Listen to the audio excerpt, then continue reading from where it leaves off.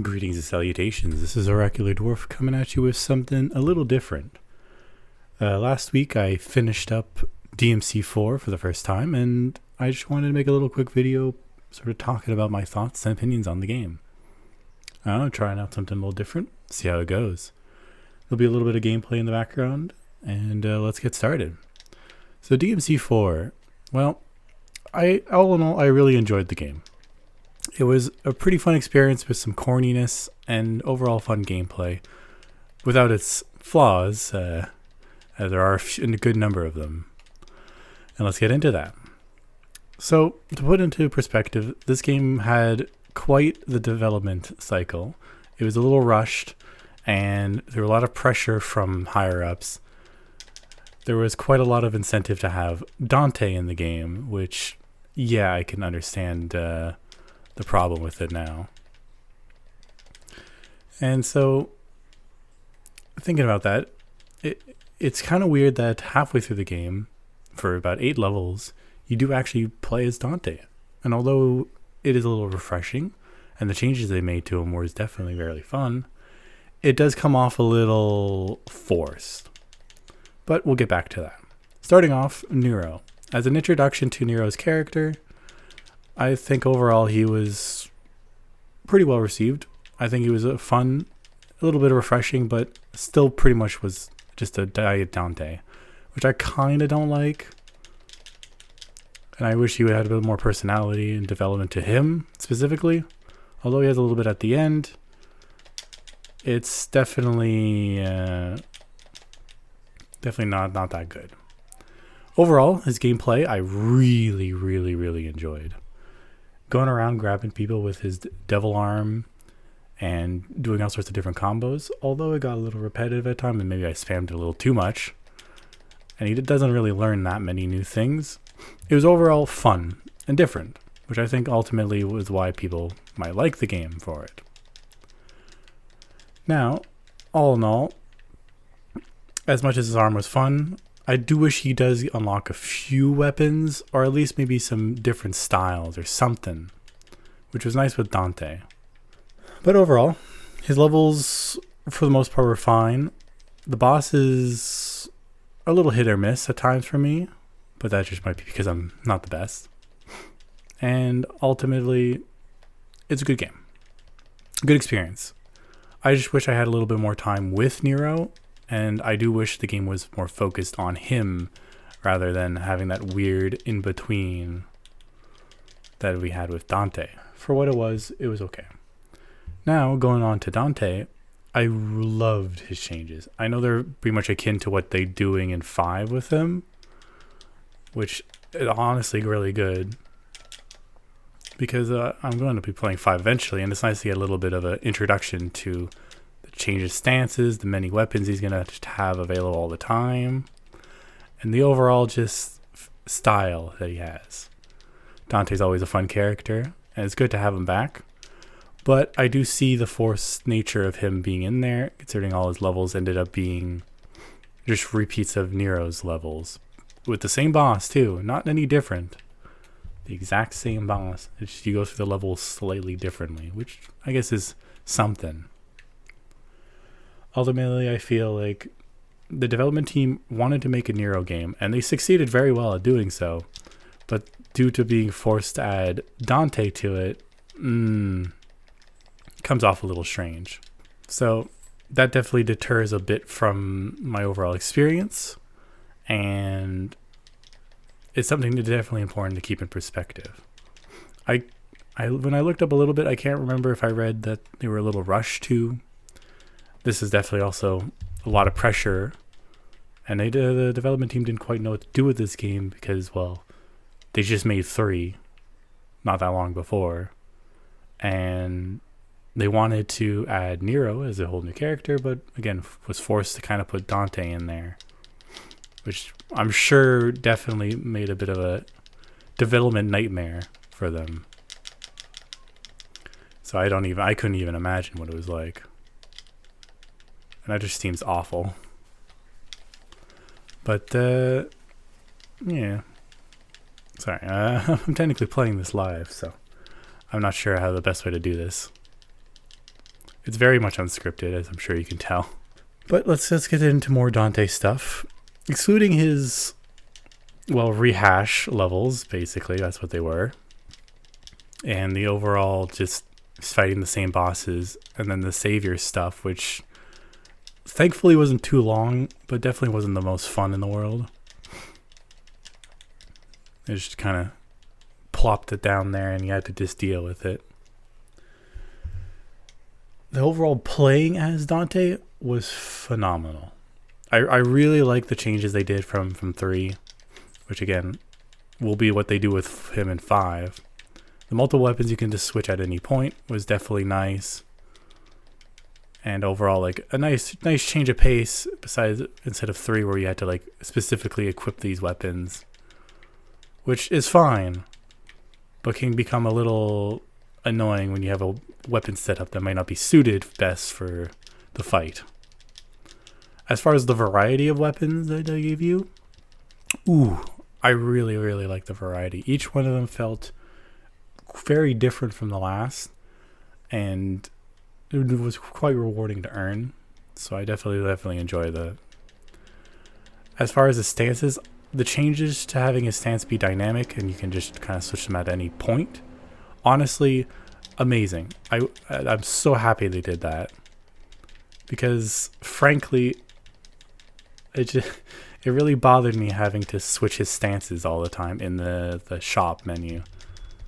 Because sometimes, Royal Guard was good, but sometimes having a bit of Trickster or Swordmaster or even Gunslinger, although I'm not too fond of Gunslinger, could be really, really handy in some fights.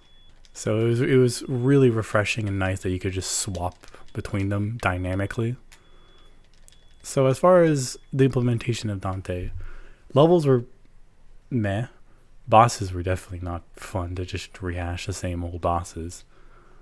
His costume was a little goofy, but overall, if we're talking Dante purely as the character, they did fine with him. It's kind of hard to mess him up. They did good. It was it felt natural, the progression.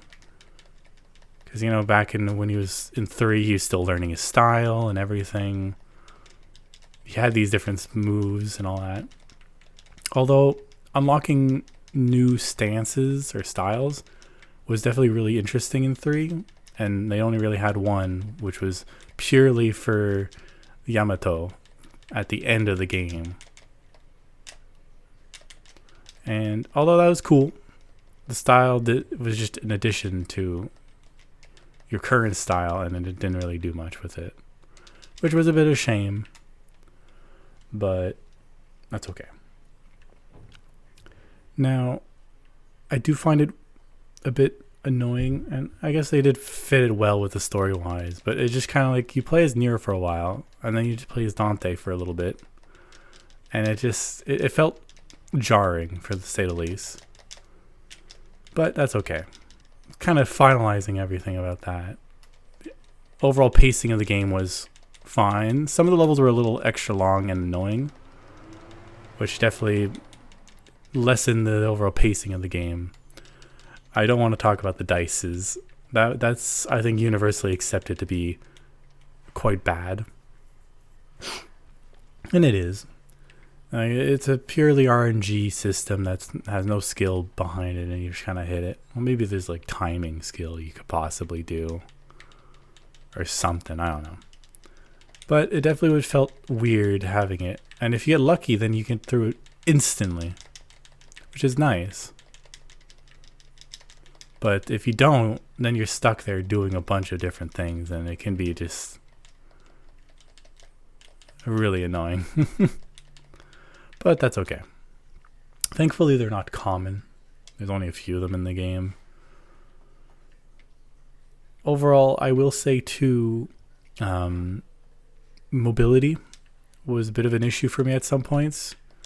Although I definitely had my own share of being bad at the game. I do find it a bit annoying whenever I'm trying to like maneuver in the air.